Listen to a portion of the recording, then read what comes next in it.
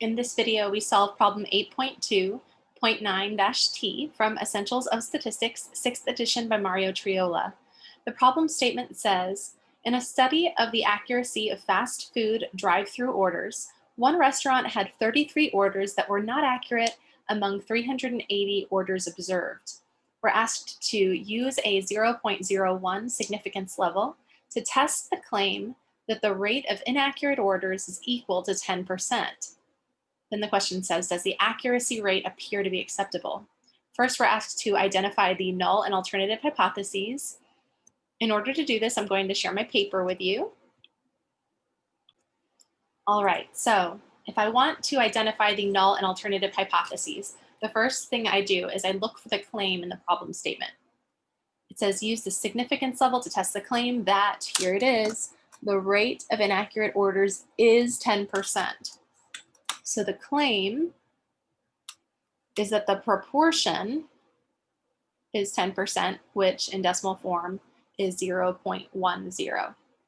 Now, if that's not true, we would have this. We always state the claim, and then we state what would be true if the claim was not true.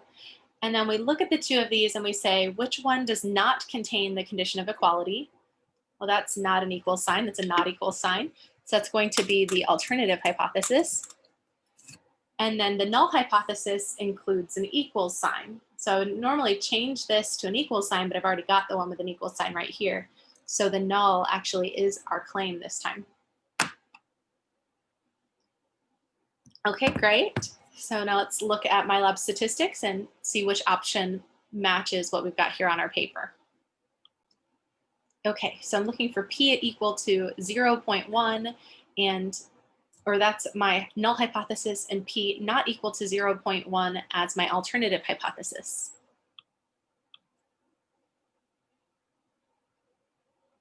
So I think that's B. Okay, great. Now we're asked to identify the test statistic for this hypothesis test, and I will share my paper with you again. Notice that the fine print says round to 2 decimal places as needed. We usually do that with our test statistic.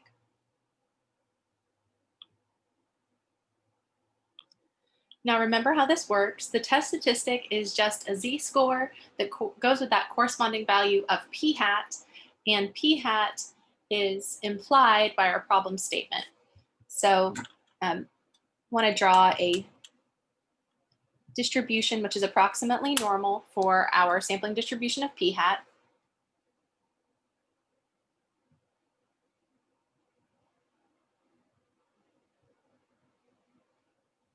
So we're imagining that we find lots of different samples of size 380, and every time we tally the number of inaccurate orders, and then we compute a proportion of inaccurate orders over those, or out of those 380 orders observed. And we do that for 380 orders, and then we do that for 380 other orders, and we just keep sampling 380 orders, and every time we compute a p hat, and then we look at the distribution of those p hats, and it's going to look like this, approximately. And then we said back in chapter 6 that the mean of the sample proportions turns out to be equal to the population proportion. It's exactly what we want. And this time, we're going to assume that the null hypothesis is true. So we're going to assume that that population proportion is equal to 0.10. Okay, now we need to look at p hat on this sampling distribution and think about whether that p hat is significantly high or significantly low. So I want to compute p hat next.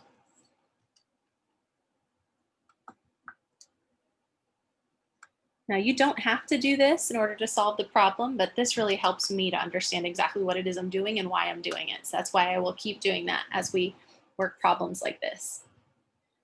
P hat is the number of inaccurate orders divided by the number of orders that we have. Or we can think of that as X successes, where a success is an inaccurate order, divided by the sample size. If you're thinking inaccurate orders can't be successful, you're right. We might think of an inaccurate order as not a success, but in this context, success or failure doesn't necessarily imply a positive or negative connotation. Or it shouldn't imply a positive or negative connotation, even if the words in English do. So we've got a number of inaccurate orders up here. So we've got 33 of those that were not accurate. And there were 380 orders. So that's our p hat. So find out what that is.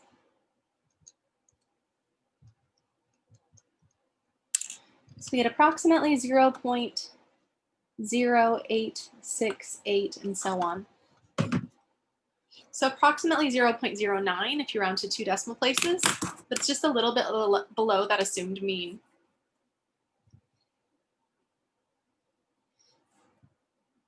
So that's our p hat, which is 33 over 380, which is about that value.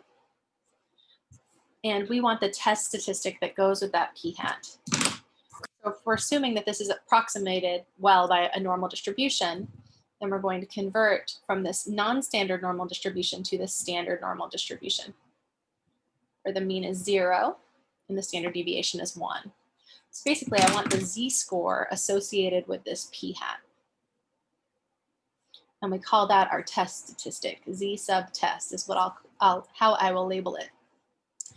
The area to the left of z sub test is going to be equal to the area to the left of p hat approximately, because this is approximated by a normal distribution. Okay, so we're going to use this formula now. In order to get the z-score that goes with this p hat, we're going to think of p hat as our continuous random variable. So instead of having x minus the mean divided by the standard deviation, we're using p hat instead of x. So that's p hat minus the mean of the p hats divided by the standard deviation of p hats. This is the mean and standard deviation of this sampling distribution of p hat. Well, under our assumption, the mean of the sampling distribution is equal to 0.10. It's equal to the true population proportion in general, and we're assuming that the true population proportion is this. It's that value that we're assuming in our null hypothesis. And the standard deviation of p hat is the square root of pq over n if the mean is equal to p. So now we'll just substitute in all of our values. Now you could use an approximation here for p hat. I want to use the exact value, so I don't want to have any rounding errors when I can avoid them. P was that 10% in decimal form. In the denominator, we have p, which is the 10%. That assumed a population proportion in our null hypothesis, times the complement of that, that's q, in decimal form, 90% in decimal form. And then the sample size was 380. Now this is the mean and the standard deviation provided that the null is true. So we're saying if the null is true, how extreme is this value p hat under that assumption? How many standard deviations is this below the mean if the mean is p equals 0.10? To figure that out, we just evaluate this expression here. So I'll do the numerator first, 33 over 380 minus 0.1 divided by the square root of p times q, 10% times 90% in decimal form, divided by 380. That's my sample size. And I get about negative 0.85 if I round to 2 decimal places. So that means my p hat is 0.85 standard deviations below the mean, approximately. So let's go back to my lab statistics and type this in. Okay, so our test statistic is negative 0.85 if we round to 2 decimal places. Great. And then we want to find the p-value for this hypothesis test. So I'll share my paper with you again. Now remember, the p-value depends on whether you have a right-tailed test, a left-tailed test, or a two-tailed test. in order to determine which type of test you have to go back up to the alternative hypothesis. Since this has a not equal to sign, that means we don't care if p hat is too high or too low. If it's not equal to 0.10, we're going to say, yeah, if evidence suggests that p is not equal to this, then we're going to reject that null hypothesis. So this is a two-tailed test because it has a not equal to sign. Oh, in that case, the p-value is not just the area to the left of that test statistic. Remember, the p-value is the area to the left of that test statistic. It's the area sort of in the tails beyond the test statistic. It corresponds to values of p hat that are as extreme as the p hat that we got or more extreme than the p hat that we got in our sample. But because we don't care if we're too high or too low, p is not equal to this area over here. It's also equal, well, it's equal to this area over here times 2. I didn't do a very good job drawing a normal distribution. There should have been much better symmetry than this. But basically what I would like to do is I would like to draw a line over here where there's some symmetry and say whatever that area is over here, and talk about that area over here. Now if you're saying, like, what does that mean? Well, if this is p hat equals this value, or actually, if this is the test statistic z equals negative 0.85, I want to go over to the other side and I'll have another value of z equals positive 0.85. And I want that area as well, because these p-values, you know, my picture doesn't show it, but I'm trying to draw an area that illustrates this idea. The p hat values that are over here, they're as extreme as this p hat or beyond.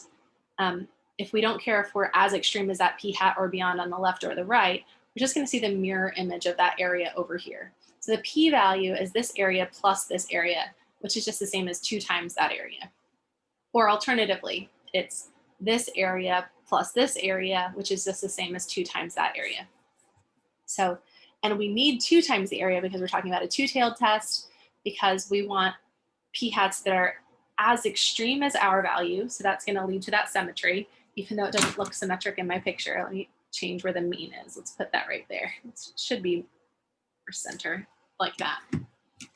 So we want those that are as extreme, so as far away from the mean or beyond that in the tails. And since it's two-tailed, we want beyond that in both tails. So our p-value is going to be 2 times the probability that p hat is less than 33 over 380. So that's 2 times the probability that this is true. And if this is true, that means that this is true. If p hat, the probability that p hat is less than 33 over 380 is the same as the probability that z is less than negative 0.85. So these guys are the same, but then we want to double it because we're dealing with a two-tailed test. Now to find this, we can look it up in table A2 if we want to, and we could also use Excel. Either one is fine. So I think I will show you how to do that now. So I go to my table. I'm looking for a negative z-score. I want the area to the left of z equals negative 0.85. So I'm in the negative z-scores page. I go to that first column. I'm looking for negative 0.8. There it is. We're right here. But I want 0.85.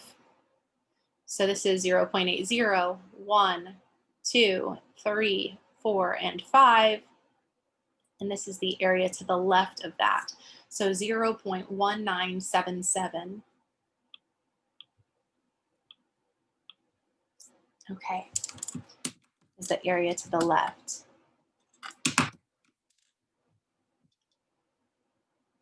And then we're going to take that and we're going to double it.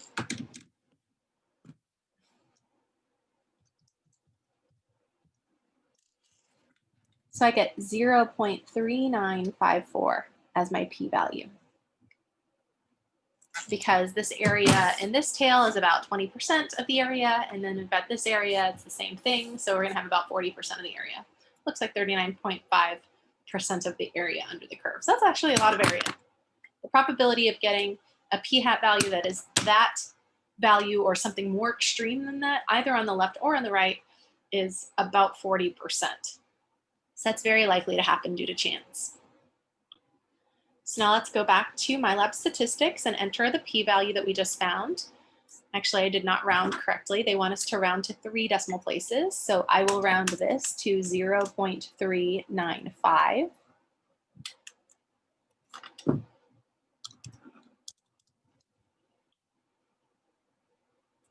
Great. And then they want us to identify the conclusion for the hypothesis test. We're either going to reject or fail to reject the null. And then we will talk about the claim. So to do that, I will share my paper with you again. So basically, we want to compare this p-value to our significance level. And remember, our significance level in the problem statement was right here. So our alpha is 0.01.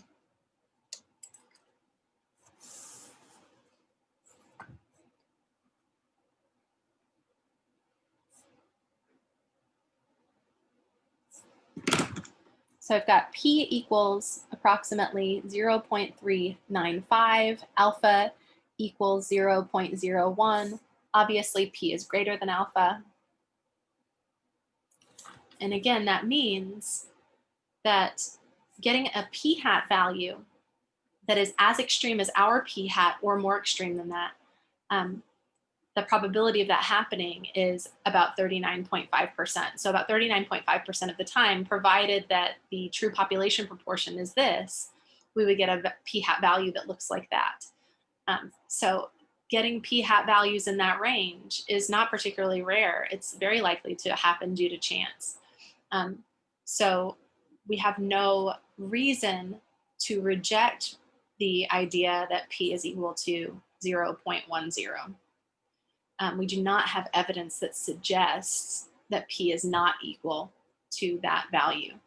So we're saying that this particular value of p-hat is typical, given that p is equal to that 10% or 0.10.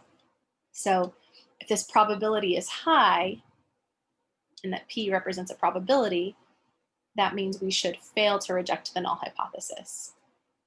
It doesn't mean that we get to accept the null hypothesis. The null is that the true population proportion is 0.10, but it means that we do not have sufficient evidence to reject it. We don't have evidence that supports saying, chances are that that population proportion is not 10%. Okay, so that is the sort of technical decision associated with this hypothesis test, but we always want to state our final answer in terms of the original claim. Now this time the claim is that p is equal to 1.0 or 0.1, not 1.0. So the claim and the null hypothesis happen to be the same thing, and we're failing to reject the null. So we're going to say that there is not sufficient evidence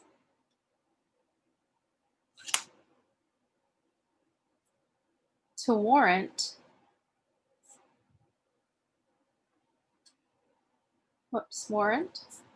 rejecting the claim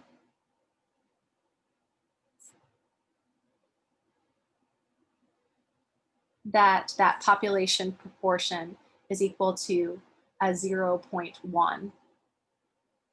Or alternatively, there's not sufficient evidence, there we go, to warrant rejecting the claim that the rate of inaccurate orders is 10%.